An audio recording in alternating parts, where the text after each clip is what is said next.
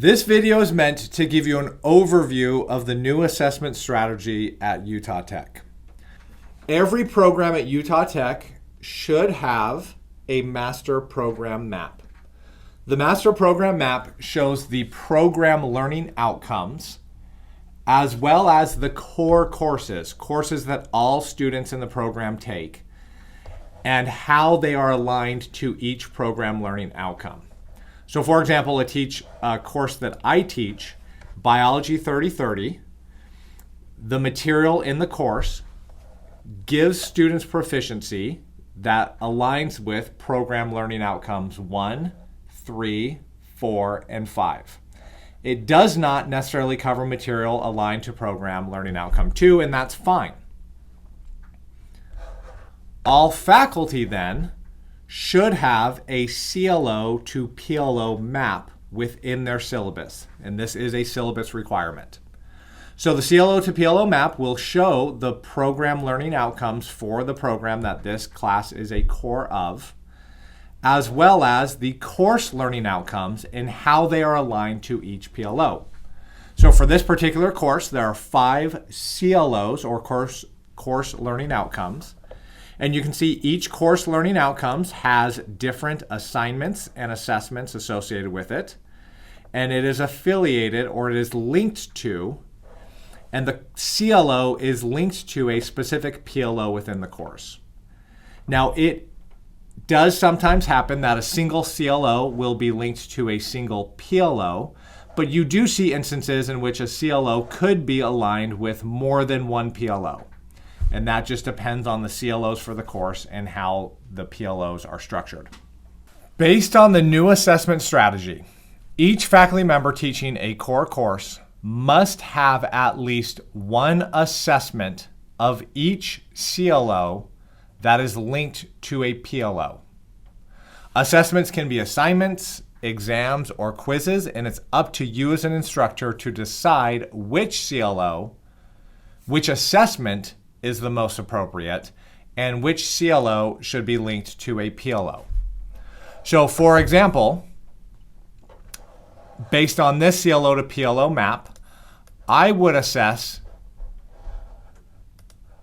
use exam 2 as an assessment for CLO 1, and I would link CLO 1 to PLO 1.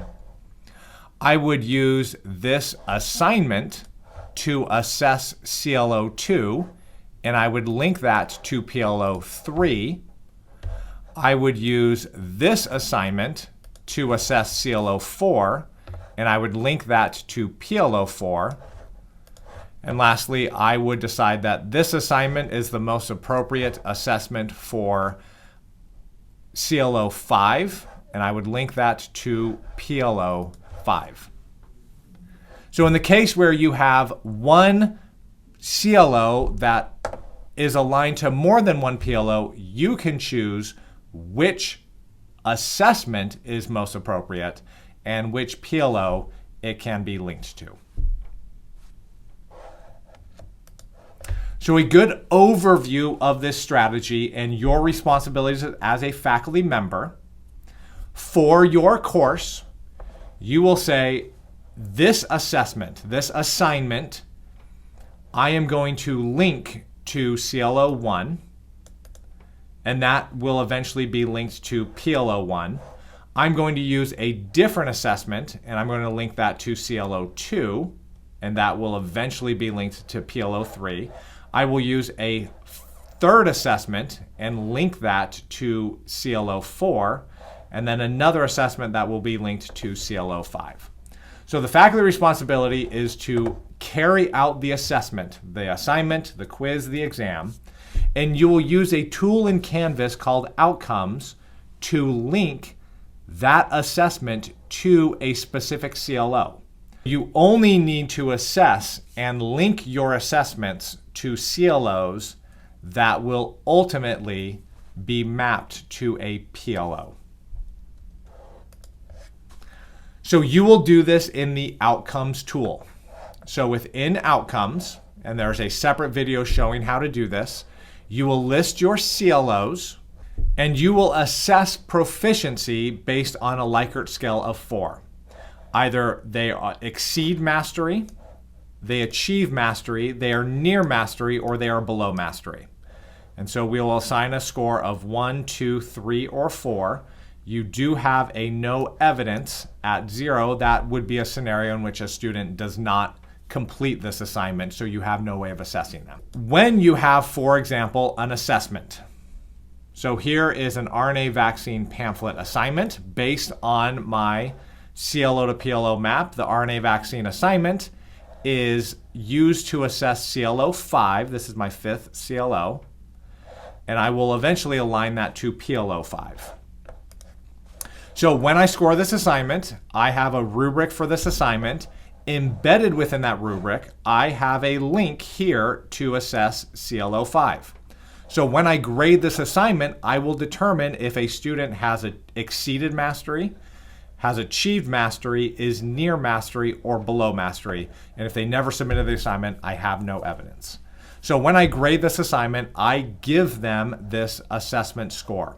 So I have now linked this assessment tool, in this case an assignment, to CLO 5. Now back here, my responsibility as a faculty member is to carry out the assessment and to link that assessment score, that Likert scale of 1 through 4, to CLO 5. And now that data is stored within the outcomes tool, and that data can then be pulled out.